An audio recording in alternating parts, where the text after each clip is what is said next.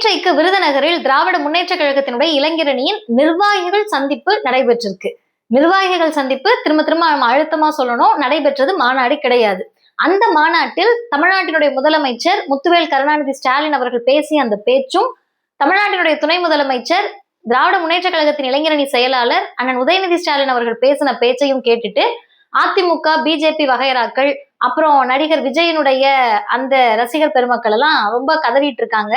அது நாங்க எங்க அழுதோம்னு சொல்லி நிறைய அழுதுகிட்டே இருக்காங்க. அவங்களுடைய அழுகைக்கான காரணம் என்ன? பிஜேபி, அதிமுக ஏன் அலறுது? அப்படி என்ன செய்தியை நேற்றைக்கு தமிழ்நாட்டினுடைய முதலமைச்சர் பேசினாரு? திராவிட முன்னேற்ற கழகத்தின் சார்பாக நேற்றைக்கு சொல்லப்பட்ட மெசேஜ் என்ன அப்படின்றதுதான் இந்த வீடியோல பார்க்க இருக்கோம்.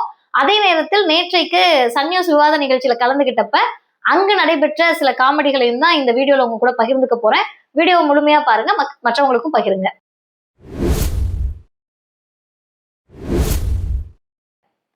அனைவருக்கும் வணக்கம். நேற்றைக்கு உள்ளபடியே ஒரு நிர்வாகிகள் சந்திப்பை எவ்வளவு எழுச்சியாக நடத்த முடியுமோ அந்த அளவில் விருதுநகரில் மிகப்பெரிய ஒரு மாஸ் காட்டியிருக்கு திமுகன்னு சொல்லி, திமுகவில் இருக்கக்கூடிய தொண்டர்கள் மட்டும் இல்லாமல் தமிழ்நாட்டில் இருக்கக்கூடிய மிக குறிப்பாக சில இளைஞர்கள், இன்றைக்கு திராவிடத்தின் பக்கம் அதை தேடி வாசிக்கக்கூடிய இளைஞர்களுக்கே ஒரு புது வைப் கிடைக்கக்கூடிய அளவிற்கு அந்த மாநாடை நடத்தி முடிச்சிருக்காங்க.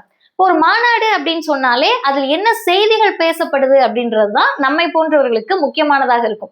ஏன்னு கேட்டா, வந்துட்டு இருக்காரு, இதோ வந்துட்டாரு, இன்னும் கொஞ்ச நேரத்துல வந்துருவாரு, இப்பதான் ஷூ மாட்டினாரு, இந்த வண்டியில வந்துகிட்டு இருக்காரு, மேல ஏற போறாரு, நடக்க போறாரு, இப்படியெல்லாம் பேசி பேசி பேசி பேசி கடைசியா மேடைக்கு ஏறக்கூடிய ஒரு தலைவர் ஒண்ணுமே பேசாம என்னத்தையாவது பேசிட்டு போகக்கூடியவர்களுக்கு மத்தியில் திமுகவினுடைய மாநாட்டில் அகில இந்திய அளவில் குறிப்பாக பிஜேபிக்கும், மோடிக்கும், ஒன்றிய அரசுக்கும் எதிர்கட்சியாக இருக்கக்கூடிய அண்ணா திராவிட முன்னேற்ற கழகம் இன்னைக்கு என்ன நிலையில இருக்கு அப்படின்றத ஒரு ஹோல்சம்மா இன்னைக்கு வர இருக்கக்கூடிய 2026 சட்டமன்ற தேர்தலில் எப்படி தமிழ்நாடு அணுகணும் அப்படின்ற ஒரு மெசேஜை தான் தமிழ்நாட்டினுடைய முதலமைச்சரோட ஸ்பீச்ல நம்ம கேட்க முடிஞ்சிச்சு.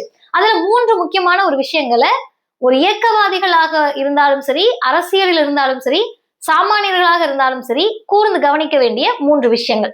முதல் விஷயம் என்ன அப்படின்னு கேட்டீங்கன்னா, ஒரு மாநாடு நடக்குது, இல்ல பொதுக்கூட்டமா இருக்கலாம், ஏன் தெருமுனை கூட்டமாக கூட இருக்கலாம், அதில் பேசப்படக்கூடிய செய்திகளில் எது சிறப்பு அம்சம் பெறும் அப்படின்னு கேட்டீங்கன்னா, அது யாரா இருந்தாலுமே ஒரு ஐடியாலஜி, லீடர், கேடர்ஸ்.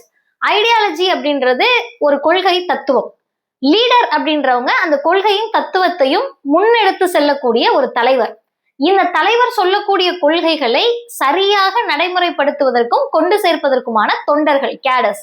இப்ப இந்த ஐடியாலஜி இல்லாம தலைவர் மட்டும் இருந்தாலோ, அல்லது தலைவர் இருந்து தத்துவம் இல்லாமல் இருந்தாலோ, இல்ல தலைவரும் இருந்து தத்துவமும் இருந்து தொண்டர்கள் இல்லாமல் இருந்தால் அது இயக்கமோ கட்சியோ அடுத்த தலைமுறைக்கு கொண்டு போக முடியாது. இப்ப தந்தை பெரியார் அப்படின்ற ஒரு தலைவரை பாத்தீங்கன்னா, அவர் ஒரு தத்துவத்தை முன்மொழிகிறார், அதை அவரே தலைவராக இருந்து வழி நடத்துகிறார். அவர்கிட்ட லட்சக்கணக்கான கருஞ்சட்டை தோழர்கள் திராவிடர் கழகத்துல இருக்காங்க. அதற்கு பிறகு என்ன நடக்கும் அப்படின்றப்ப அன்னை மணியம்மையார் வராங்க. மணியம்மையாருக்கு பிறகு இந்த இயக்கம் இருக்காது அப்படின்றப்ப திராவிடர் கழகத்தினுடைய தலைவர் ஆசிரியர் ஐயா வீரமணி அவர்கள், இப்ப அவருக்கு 93 வயது, ஆனாலும் பெரியாருடைய கொள்கையை ஊர் ஊரா போய் பேசுறாங்க, உலக நாடுகளுக்கு எல்லாம் பயணிக்கிறாங்க. ஒரு ஐடியாலஜி இருக்கு, ஒரு லீடர் இருக்காங்க, அதை கொண்டு செலுத்தக்கூடிய கேடர்ஸ் இருக்காங்கன்னா அந்த இயக்கம் பல ஆண்டுகள், ஏன் நூற்றாண்டை கடந்து நிற்கும் அப்படின்றதுக்கான எடுத்துக்காட்டு. இதை அப்படியே நீங்க திராவிட முன்னேற்ற கழகத்துக்கு இம்ப்ளிமெண்ட் பண்ணீங்கன்னா, எங்களுடைய கொள்கை பெரியார், அண்ணா, கலைஞர் வழியில் நடக்கிறோம் அப்படின்னு சொல்லக்கூடிய அந்த திராவிட தத்துவம், அதை வழிநடத்துவதற்கான ஒரு லீடராக தமிழ்நாட்டினுடைய முதலமைச்சர், திராவிட முன்னேற்ற கழகத்தினுடைய தலைவராக தளபதி ஸ்டாலின் அவர்கள், அவருடைய சொல்லை கேட்டு, அவங்களுடைய தத்துவத்தை கேட்டு அதை சரியாக கொண்டு போய் சேர்ப்பதற்கும், அதன்படி நடப்பதற்கும் கட்டுப்பாட்டோடு இயங்குவதற்கான லட்சக்கணக்கான தொண்டர்கள். இப்ப எங்க கிட்ட இது 3 இருக்கு. கட்டுப்பாடும் இருக்கிறது, எங்க கிட்ட ஆர்கனைசேஷனும் இருக்கு, எங்க கிட்ட இன்ஸ்டிடியூஷனும் இருக்கு, சரியான ஐடியாலஜியும் உயிர்ப்போட இருக்கு என்று சொல்லுவதற்காக நேற்று அமைக்கப்பட்ட ஒரு மேடை. இத கேட்டு நான் உண்மையாவே யாருக்கு ஆத்திரம் வரணும்னு கேட்டீங்கன்னா, இந்த மாநில உரிமை, சமூக நீதி, சுயமரியாதை, இந்த வார்த்தைகள் எல்லாம் முதல்வர் தன்னுடைய பேச்சில் திரும்ப திரும்ப சொல்றப்ப உண்மையாகவே யாருக்கு கடுப்பு வேறு வரணும்னு கேட்டீங்கன்னா பிஜேபிக்கு வரணும். ஏன்னா பிஜேபியினுடைய ஐடியாலஜி, RSS தத்துவம், சனாதனம், பாசிசம், மாநிலங்கள் இல்லாத ஒரு ஒன்றியம், மாநிலங்களுக்கான அதிகாரம் இல்லாத ஒரு நாடு, ஒற்றை நாடு. இதுதான் பிஜேபியினுடைய சித்தாந்தம், தத்துவம். இப்ப இவங்களுக்கு மாநில உரிமை அப்படின்ற சொல்லை கேட்டால் கசப்பா இருக்கலாம், ஐயோ பாகக்காய் சாப்பிட்ட மாதிரி இருக்கலாம், ரொம்ப வெறுப்பா இருக்கலாம். ஆனா அப்படியே என்ன தலைகீழா நடக்குதுன்னு கேட்டீங்கன்னா, பிஜேபி படக்கூடிய ஆத்திரத்தை விட, கோபத்தை விட அடிமை அதிமுகவுக்கு அதிகமா கோபம் வருது. இவங்களுக்கு எங்க கோபம் வருதுன்னு பாத்தீங்கன்னா, நேற்றைக்கு விவாத நிகழ்ச்சியில் பேசுகிற போது அதிமுக சார்பா வந்தவர் சொல்றாரு, நீங்க என்ன மாநில உரிமை, சமூக நீதி எல்லாம் பேசுறீங்க, இதான் 2021 பேசுறீங்க, குரலி வித்தை காட்டுறீங்களான்னு கேக்குறாரு. உண்மையான குரலி வித்தை என்ன அப்படின்னு கேட்டீங்கன்னா, அண்ணா பெயர் தாங்கிய கட்சி மாநில சுயாட்சியை பற்றி பேசுறது திமுக பேசினா குரலி வித்தையா தெரியுதுன்றீங்கல்ல. இன்னைக்கு கட்சியை அடமானம் வைத்து சுயலாபத்திற்காக ஐயா எடப்பாடி பழனிசாமி தான் கட்சிக்காரங்க கிட்ட குரலி வித்தை காத்திக்கிட்டு இருக்காரு. நான் தாங்க முதல்வர் வேட்பாளர், நீங்க ஒண்ணும் கவலைப்படாதீங்க, இது அதிமுக தலைமையிலான கூட்டணி தானே வித்தை காட்டி உங்களை ஏமாத்திக்கிட்டு இருக்காரு. ஆனா உண்மை நிலையே வேற. இப்ப வரைக்கும் மகாராஷ்டிராலையும் பீகார்லையும் ஒரிஷாலையும் என்ன செட்டப்பை கொண்டு வர்றதுக்கு பிஜேபி முயற்சித்து அங்க வெற்றி பெற்றார்களோ அதே மாதிரி இங்க என்டிஏ கூட்டணின்னு சொல்லி மோடியை முகமாக நிறுத்தி அதன் மூலமாக அதிக சீட்டுகளை வாங்கி அதிமுகன்ற மாநில கட்சியை தின்று செரிப்பதற்கான வேலையை தான் பிஜேபி பார்த்துக்கிட்டு இருக்கு. இப்ப நியாயமா பிஜேபிக்கு கோபம் வராம இவங்களுக்கு வர்றதுக்கு காரணம் என்னன்னா, ராஜாவை மிஞ்சிய ராஜ விசுவாசிகளாக நடந்துகிட்டு இருக்கிறதுனாலதான். இதைதான் அண்ணன் உதயநிதி ஸ்டாலின் அவர்கள் சொன்னாங்க. மொரட்டு பக்தர் கேள்விப்பட்டிருப்பீங்க, மொரட்டு அடிமை கேள்விப்பட்டிருக்கீங்களா? இந்த வார்த்தையெல்லாம் கேட்டுக்கிட்டு ஒரே அதிமுக அலறல். 10 தோல்வி பழனிசாமியா, மொத்த தோல்வி மோடியா? ஆமாங்க, அதான் டேட்டா. மொத்த தோல்வி மோடி இல்ல, இந்தியாவையே மோடி தான் ஆள்கிறார். இந்தியாவையே மோடி ஆண்டாலும் தமிழ்நாட்டில் அவர் மொத்த தோல்வி மோடி தான். இந்தியாவுக்கே அவர் பிரதமராக இருந்தாலும் தமிழ்நாட்டுல அவர் 10-15 முறை வந்துட்டு போனாலும் பிஜேபி ஜெயிக்க முடியாது. ஏன்னா உங்க ஹிஸ்டரி எப்படி? 2019 தமிழ்நாட்டினுடைய இன்றைய முதலமைச்சர் திராவிட முன்னேற்ற கழகத்தினுடைய தலைவராக பொறுப்பேற்ற நாள்ல இருந்து பிஜேபிய தமிழ்நாட்டில் ஒரு சீட்டு கூட நாடாளுமன்றத்தில் காலூன்ற விடாமல் தடுத்திருக்காரு. தொடர்ந்து 11-12 தேர்தல்களில் திமுக தலைமையிலான கூட்டணி தான் வெற்றி. அப்ப 10 தோல்வி பழனிசாமின்றது 12 தோல்வியா கூட இருக்கு. நம்ம என்னன்னா எக்ஸாக்டா கால்குலேட் பண்ணாம 10 தோல்வி பொருத்தமா இருக்கு பேருன்னு வச்சிருக்கோம். மொத்த தோல்வி மோடி. இப்ப இததான் இவங்களுக்கு புரிஞ்சுக்க முடியல. ஏன் இந்தியாவுக்கே பெரிய ஆளா இருந்தாலும் தமிழ்நாட்டுக்குள்ள வர முடியல அப்படின்னு கேட்டா, தமிழ்நாட்டுலதான் அந்த சென்ஸ் இருக்கு. எங்கனாலதான் உங்களை நீங்க எந்த வேடத்தில் வந்தாலும் அந்த வேடத்தை பார்த்து கண்டுபிடிக்கக்கூடிய ஆற்றல் தமிழ்நாட்டுக்கு தான் இருக்கு. இப்போ ஒரு முதலமைச்சர் கட்ஸோட நின்னு சாதனைகளை பேசுகிறார், நான் இவ்வளவு செஞ்சிருக்கேன்னு பேசுறாரு. இத்தனை எங்களுடைய அரசால் தமிழ்நாடு மக்களுக்கு பயன் கிடைச்சிருக்குன்னு சொல்றாரு. உங்ககிட்ட இருந்து நிதி வரலன்னு சொன்னா ஏதாவது ஒரு பிஜேபி காரவங்க இதுவரை நேரடியாக அதுக்கு பதில் சொல்லியிருக்காங்களா? நேற்றைக்கு உண்மையாகவே சகோதரி விஜயதரணி அவர்களை பார்ப்பதற்கு எனக்கு பரிதாபமாக தான் இருந்தது. நான் அதை டிவிலையுமே சொன்னேன், ரொம்ப கஷ்டமா இருக்கு, பிஜேபிக்கு போயிட்டா ஒருத்தருடைய நிலை என்ன மாறும் அப்படின்றதுக்கான எடுத்துக்காட்டு. ஏன்னா நெறியாளர் ஒரு கேள்வி கேட்கிறாரு, அவர் தெளிவாதான் கேட்கிறாரு, அந்த கேள்விக்கு பதில் இல்ல. நம்ம ஒரு கேள்வியை முன்வைக்கிறோம், அதுக்கு பதில் இல்ல.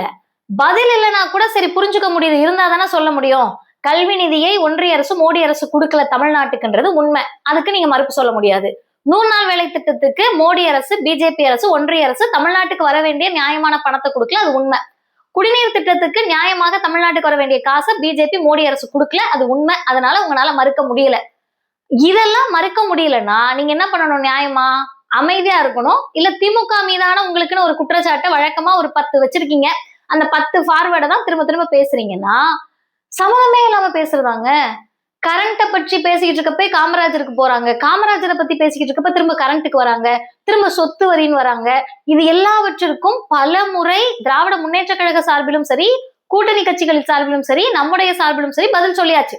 நேற்றைக்கும் அந்த விவாதத்தை திசை திருப்புவதற்காக இந்த 2 விஷயத்த மட்டும் வச்சு திசை திருப்ப பார்த்தப்ப பதில் சொல்றோம், நம்ம சொல்றோம், திமுகல இருந்து வந்த அண்ணன் மதிவாணன் சொல்றாங்க, அரசியல் விமர்சகர் ஐயா துரைப்பாண்டியன் சொல்றாங்க. திரும்ப அதே இடத்துல வந்து நிற்கிறப்ப ஒரு பிஜேபியோடு கூட்டணி வைத்தால் எப்படி ஒண்ணுமில்லாமல் ஒரு கட்சி ஆகுன்றதுக்கு எடுத்துக்காட்ட அதிமுகவும், ஒரு தனிநபர் பிஜேபியில போய் சேர்ந்துட்டா அவங்களுடைய நிலை எவ்வளவு தடுமாறுன்றதுக்கு எடுத்துக்காட்டாக பிஜேபியில இருந்து வந்தவங்களும் இருந்தாங்க.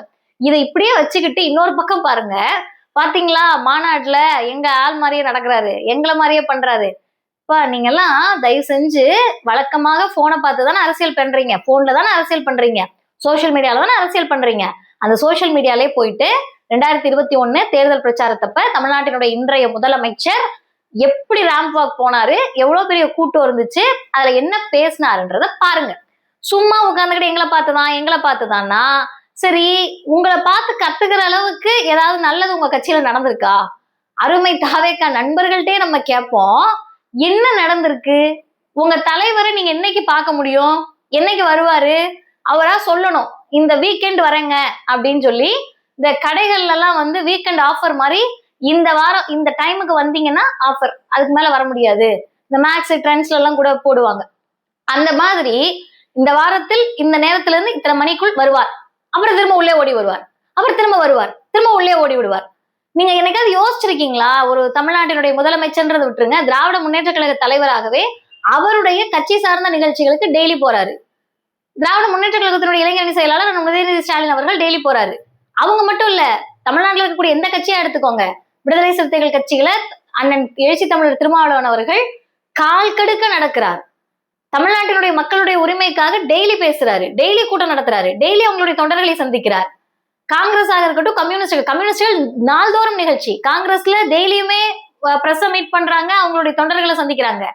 எந்த கட்சியாக இருக்கட்டுமே, மறுமலர்ச்சி திராவிட முன்னேற்ற கழகத்தில் ஐயா வைகோ அவர்கள் இந்த வயதில் தமிழ்நாடு முழுவதும் நடைப்பயணம் மேற்கொள்கிறார். இப்ப எல்லாரும் இன்னைக்கு மனிதநேய மக்கள் கட்சி நிகழ்ச்சிக்கு நான் போறேன்.